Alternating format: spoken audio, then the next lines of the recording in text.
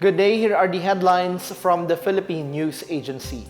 We begin in Pasig City with the Philippines getting a new education secretary in the person of Juan Edgardo Angara. The change in the DepEd's leadership comes just more than a week before the start of school year 2024-2025. Outgoing Secretary and Vice President Sara Duterte handed over the department's seal and flag and a transition report to Angara in turnover rights at the DepEd complex. Prior to the ceremony, Duterte gave Angara a tour of the DepEd building. In her final speech as DepEd chief, Duterte admits there are still unfinished programs. Meanwhile, Angara says he will make sure to hit the ground running. Duterte announced her resignation from the post on June 19, which will take effect tomorrow, July 19. President Ferdinand R. Marcos Jr. appointed Angara as the new DepEd Secretary on July 2. In other news, Filipino billionaire and ports tycoon Enrique Razon dismisses claims by detractors and critics of President Ferdinand R. Marcos Jr. of dwindling investors' confidence.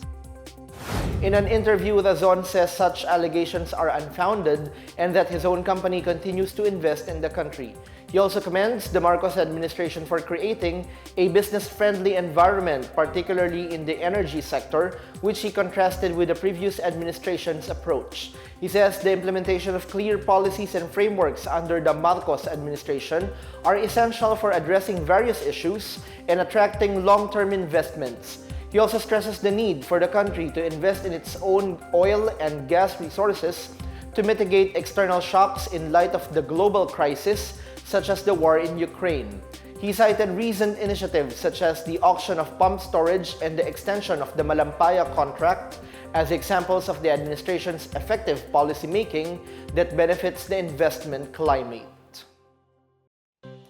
The Department of Agriculture warns traders against jacking up prices of chicken amid reports of possible price manipulation in Metro Manila. This comes after chicken prices at the Muñoz Market in Quezon City surged to 250 pesos per kilo, higher than the prevailing retail price range of 200 to 210 pesos. DA Assistant Secretary Arnel de Mesa says they are monitoring the Muñoz Market due to the possibility of someone taking advantage to hike chicken prices there and will look at all possible angles and identify the cause of the price surge. He warns violators may be charged with profiteering under Republic Act 7581 or the Price Act. De Mesa also says the import ban on eggs and other poultry products from Minnesota in the United States brought by the avian influenza outbreak may also slightly affect local prices. He, however, dismisses the possibility of further price spikes of up to 300 pesos per kilogram. The Agriculture Department also says egg prices may go up by 10 to 20% as school year 2024 to 2025 opens on July 29. According to the DA Bantay Presyo, the price of medium egg in Metro Manila is between 5 pesos and 50 centavos and 9 pesos. De Mesa says the demand for eggs goes up during the bear months as well as during the opening of classes. Philippine Egg Board Association President Francis Oyehara, however, says price spikes have already started in some areas amid the effects of third quarter syndrome or the period where disease outbreaks mostly occur. In celebration of the National Disaster Resilience Month, the Civil Service Commission is enjoining all government employees nationwide to actively promote disaster preparedness. CSC Chair Carlo Nograles urged the country's 1.9 million civil servants to help raise awareness on the government's program on disaster resilience. Nograles says while the Philippines is vulnerable to climate change as well as natural disasters, being located in the Pacific Ring of Fire, Filipinos can do their best to prepare for calamities. He encourages everyone to participate in the initiatives and activities of the National Disaster Risk Reduction and Management Council and the Office of Civil Defense, as well as their respective agencies. For its part, the CSC has pushed for initiatives in support of the government's whole-of-nation approach to building disaster resilience. These include conducting disaster risk reduction and management training, as well as ensuring safe and healthy working conditions, providing assets for first aid, and coordination with the nearest government health facilities. The National Disaster Resilience Month aims to equip the public towards building resilience through prevention and mitigation, preparedness response, and rehabilitation and recovery. This year's theme is Bantayog ng Katatagan at ang pagbubuklod sa layuning kahandaan.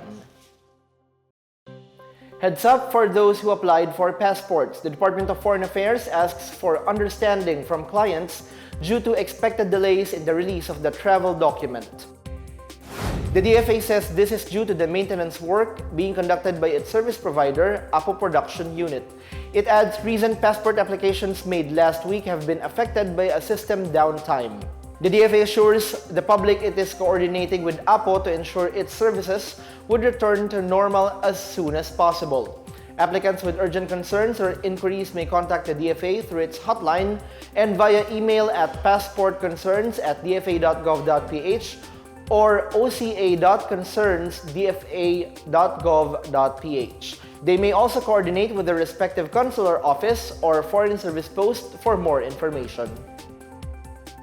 And that's the latest and the biggest stories on the PNA Headlines. For more news updates, please visit our website pna.gov.ph or our Facebook and X account, Philippine News Agency. The PNA Headlines is also streamed via the Servicio Facebook page. You may also watch the PNA Headlines through the Philippine News Agency's YouTube account and via the News and Information Bureau website, nib.gov.ph, under PNA News. I am Benj Bondok. This is the PNA Headlines, bringing stories that unite the nation.